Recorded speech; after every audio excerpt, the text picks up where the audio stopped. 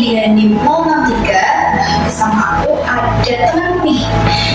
Perkenalkan, namanya yaitu nama saya Amelia Hairunisa dengan belakang 072. Nah, di sini aku dan Kak Amel mau menyampaikan sedikit mengenai sastra angkatan 45. Jadi kita akan membahas sejarah singkat mengenai sastra angkatan 45.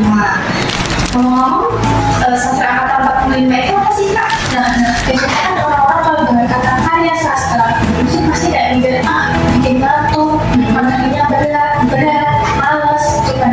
Sebenarnya kalau kita bahasnya secara santai, secara enjoy, materi itu menarik loh. Kamu pernah kepikiran nggak karya sastra angkatan 45 itu muncul karena apa? Munculnya karena apa? Nah, karya sastra angkatan 45 itu muncul ketika Indonesia pada saat itu sedang mengalami banyak perubahan, terutama pada saat sebelum kemerdekaan dan sesudah kemerdekaan, sehingga para sastrawan atau penulis ingin menyampaikan pendapat atau pandangannya melalui karya sastra. Jadi penyampaiannya itu malah lebih berani gitu ya. Iya, jadi para sastrawan pada saat itu nggak hanya menulis kata-kata indah aja, tetapi juga unsur kemanusiaan, unsur kebersihan hidup, dan situasi masyarakat pada saat itu. Dan cara penulisannya itu lebih berani dan apa adanya pada waktu itu. Oh gitu. Kalau ngomongin angkatan 45 nih, kira-kira ada gak sih tokoh-tokoh yang terkenal pada waktu itu? Nah, setahu aku ya, pada waktu itu kayak ada Haidar Anwar, terus kayak gitu. Nah, itu tuh cara menulis mereka tuh berbeda, jadi lebih berani, jadi lebih emosionalnya lebih kuat. Jadi para pembaca tuh gak hanya baca aja, tapi juga merasakan apa yang mereka rasakan pada saat itu. Ya, ngomongin angkatan 45 nih, kan tadi kamu udah nyebutin Haidar Anwar. Ya, Nah, setahu aku dulu itu pas pelajaran sastra, memang tuh ada puisi karya Haidar Anwar. Dan beliau itu menyampaikan puisi dengan semangat sekali, karena judulnya kayak maaf lupa judulnya itu aku kayak Haidar Anwar. itu dulu ikonik banget ya. Iya betul, soalnya beliau itu pengen menyampaikan keadaan atau kondisi pada waktu itu. Nah, keadaan pada waktu itu kan agak seraut ya Kak. Iya. Nah, beliau itu ingin menyampaikan, ingin menuliskan, meluapkan pada karyanya agar pembaca itu tahu kalau dia itu nggak mau tunduk pada keadaan dan peraturan pada waktu itu.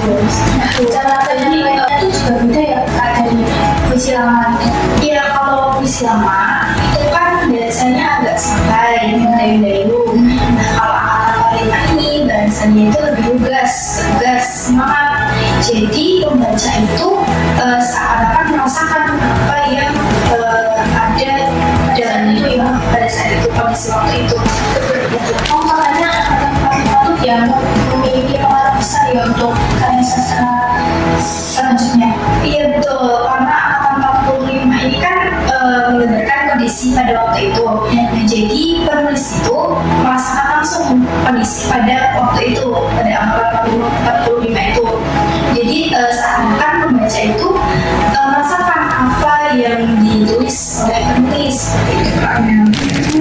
Oh, jadi kesimpulannya itu karya sastra yang 45 ini itu memiliki pengaruh yang besar untuk karya sastra selanjutnya. Iya. Dengan karya sastra angkatan 45 ini, para sastrawan itu jadi berani untuk mengekspresikan apa yang ingin mereka sampaikan, dan secara emosional itu lebih terasa gitu ya Kak. Iya betul, angkatan 45 itu memang simbolnya itu adalah semangat dan semangat perjuangan sama adanya. Kayaknya nggak cukup nih obrolan kita pada pagi hari ini.